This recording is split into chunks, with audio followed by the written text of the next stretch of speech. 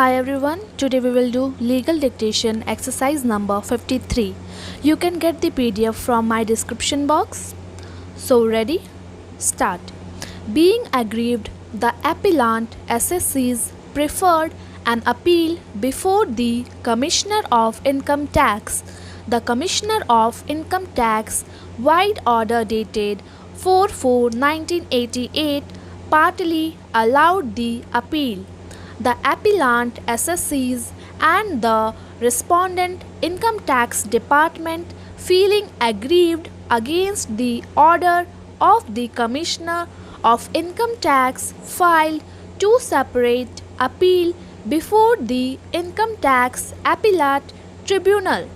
The tribunal, by order dated 19/8/1993, without going into the merit of the case, set aside the assessment order and remanded the file back to the assessing officer to re-scrutinize the entire account after giving the appellant SSCs an opportunity of being heard and also giving the appellant SSCs an opportunity of filing any evidence in support of its claim that there was no discrepancy in its account as pointed out by the assessing officer or as found out by the Commissioner of Income Tax in his order dated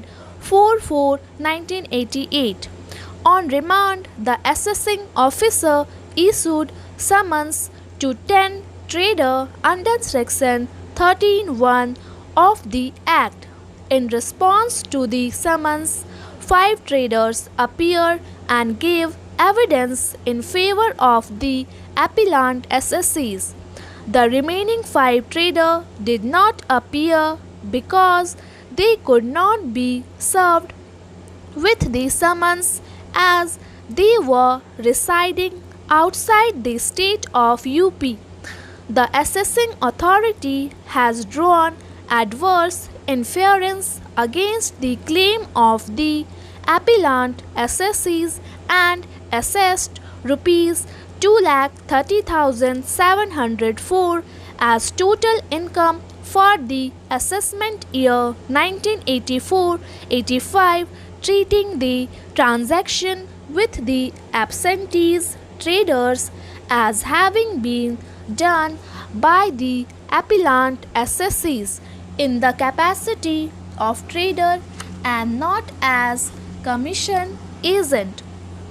The revenue, feeling aggrieved, preferred an appeal before the Income Tax Appellate Tribunal. The tribunal, by its order dated 15/1/2004, allowed the appeal and held that the appellant SSCs has failed to produce any evidence that the transaction in question were not conducted by the appellant SSCs as Vyapari, but the transaction were conducted on commission basis.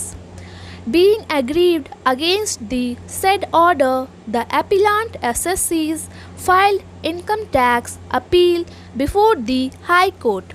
The High Court, as noticed above, has concurred with the finding recorded by the assessing authorities as confirmed by the appellate tribunal and dismissed the appeal in the limine. Now the appellant SSCs is before this court.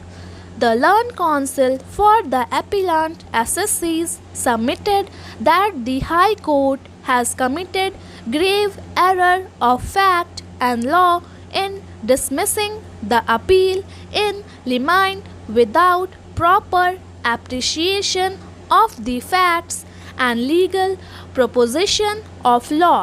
According to him, for non-appearance of the trader summoned by the assessing authority, no fault could have been laid upon by the appellant assessees and the assessing authority, the appellate tribunal, as well as the High Court are not justified in drawing adverse inference against the appellant assessees, holding it to be trader in relation to the transaction conducted by the appellant assesses, holding it to be trader in relation to the transaction conducted by the appellant assesses of the same good in the same manner as was conducted by the trader with whose evidence was accepted by the